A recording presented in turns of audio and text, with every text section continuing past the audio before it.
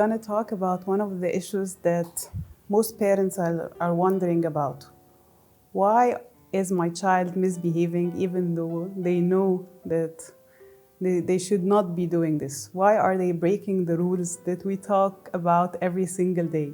Why are they doing the thing that they know that I do not accept? Are they trying to annoy me? Are they trying to challenge me? Don't they understand what I'm talking? What's missing? And by trying to understand why the child is behaving this way, it's going to help us both.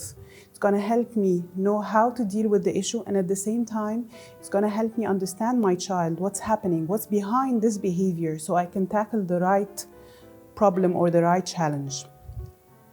So let's try first to define what does a misbehavior mean, because sometimes things that are looked at as misbehavior are normal child behavior. Like a child has the right to make noise, a child has the right to be messy, a child has the right to make mistakes, a child has the right to move a lot. Sometimes things that are looked at as misbehavior are very normal and typical right for the child to live their childhood.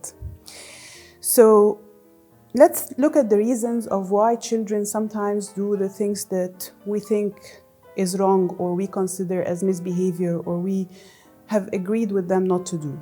We are going to talk about two kinds of reasons. The first type of reasons is related to the child themselves, and the second type is related to things that we do sometimes without noticing, and sometimes it affects the child in a negative way.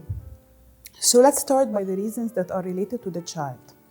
So one of the reasons that a child might be behaving in a way that we see that as unaccepted is because of what we call their temperament or the nature of the child themselves. God has created us, everyone, every single person is different.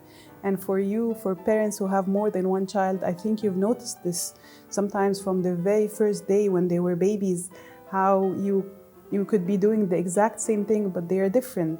One of them cries more than the other. One of them was more open to trying new things and new food. One of them was more easier to put to sleep. So by nature, God created each child unique.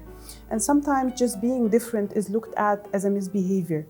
For instance, sometimes if a child his nature is that he likes to move a lot. So it's not something that he's doing out of bad intention, it's just his nature. This is the way he gets his energy out. This is the way he explores the world. This is the way he enjoys his time. So he's not doing this because this is a bad behavior. He's doing it because this is what he knows, how he feels comfortable. Another thing could be that some children are by nature introverts. They take time to get to warm up or get comfortable in new settings. And sometimes this is looked at as your child is very shy, your child is not very friendly. So we start labeling the child rather than accepting them the way they are. And when we accept them, we can help them develop their skills. But acceptance is always the golden rule. I need to accept the child the way they are so I can help them accept themselves in the beginning and then try to develop their skills. Another example of temperament is some children are intense, like their reactions are high, they're loud, they get emotional easier.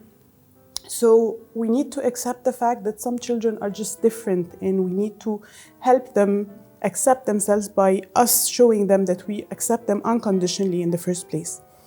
Another reason why sometimes children do the behavior that we don't accept is because it's related to their stage of development.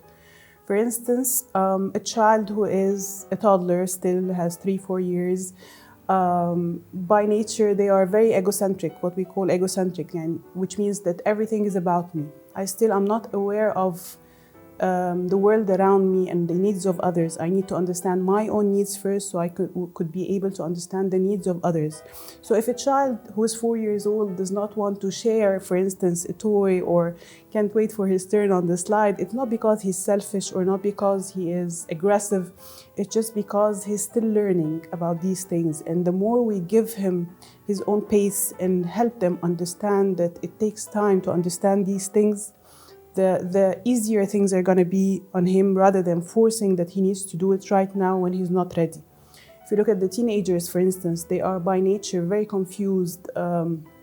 They have a lot of pressure from their friends and peer pressure. They are having hormonal changes. They're by nature, most of them could be emotionally unstable a little bit. They take a lot of risks. They're trying to show their independence. They're getting more privacy. So sometimes a parent would come and say, she doesn't want to spend time with me anymore. She's closing the door and sitting on her own all the time. She's getting too far away from me. And I'd like to comfort parents by saying this is natural. This is very age appropriate. I'm starting to have my own life, my own privacy. As long as our relationship is still close and we still have a connection and a bond, this is what we need to focus on and not worry about. Another reason could be that children sometimes are not aware of the rules, or they don't have the sense of urgency we have. So for instance, we sometimes, because of the stressful life and work and responsibilities, we are always in a rush. So this puts a lot of pressure on the children. Also, another reason that makes kids very stressed is the social pressure, the peer pressure from their friends, the amount of responsibilities they're starting to have now from the school and from their activities and from the sports. So sometimes the child is just overloaded and trying to send us a message that it's too much and we're not just getting it, we're just focusing on the behavior. Sometimes the child is having big feelings that is affecting their behavior. If I'm not feeling good, it's very hard for me to behave in an appropriate, relaxed way. It will definitely affect my behavior. So if I don't get why the child is behaving this way, I'll never be able to help them with their behavior. So all these are reasons that are related to the child. Let's explore some reasons that is related to the parent themselves. Sometimes we do things with the very good intentions, but at the end of the day, it's affecting the behavior in a negative way and we don't notice it. Like what? Like, for instance, being too controlling. So if I'm all the time trying to control the child, criticizing all the time, giving too much instructions, after a while, if the child especially has a strong-willed character, they will be resisting this all the time and trying all the time to send me messages that I need more space. I'm going to resist every single thing you're going to say because I don't have any freedom or any space. Sometimes it could be the other way around, like if we're being too permissive, like if we don't have clear rules, clear boundaries, clear limits, and the child does not know what to expect from us, they will always be pushing us to see our limits. They will always be testing us because they feel secure when they know that someone is in charge, someone is in control, someone knows where to stop me when something is not right. So again, we're gonna aim always for balance. Another reason that we sometimes mistakenly help in the misbehavior is being inconsistent. So if sometimes I agree on something and others I do not allow it. Sometimes I'm being too flexible with something and then I feel that things are getting out of control, so I become very strict. This kind of behavior is confusing for the child and it encourages them to nag a lot more because they expect me that sometimes I would give in at the end. It encourages them being stubborn because they don't know what to expect from me. They don't get where are the limits again, so they will always be pushing and trying to test. Another thing that we can be doing that is affecting the behavior is modeling the bad behavior. So if I keep telling the child, for instance, about the very, very basic example of not being honest and then telling them that a lie or lying to someone on the phone in front of them, so they get very confused because at the end of the day they learn from what they see us doing, not from what we tell them. Also, if I keep telling them to talk calmly and with respect and I am disrespecting them, I'm calling them names, I'm talking to them in a disrespectful way, how are they going to learn respect? Children learn from seeing us model the things that we want them to do. If I make a mistake, I apologize. So they learn that when someone makes a mistake, it's okay to apologize, to stand up for your mistakes. So again, we need to make sure we're modeling what we want them to learn. One other thing that could be we're doing and it's not helping is that we are giving in. So sometimes when we feel like our children are upset because we said no to something, we feel bad for them or sorry for them, so we let them have what they get. So by the time they learn that the normal is that they can always get what they want. Whatever they need, no one can tell them no, which makes them struggle with life and makes them always expecting everything to go their way.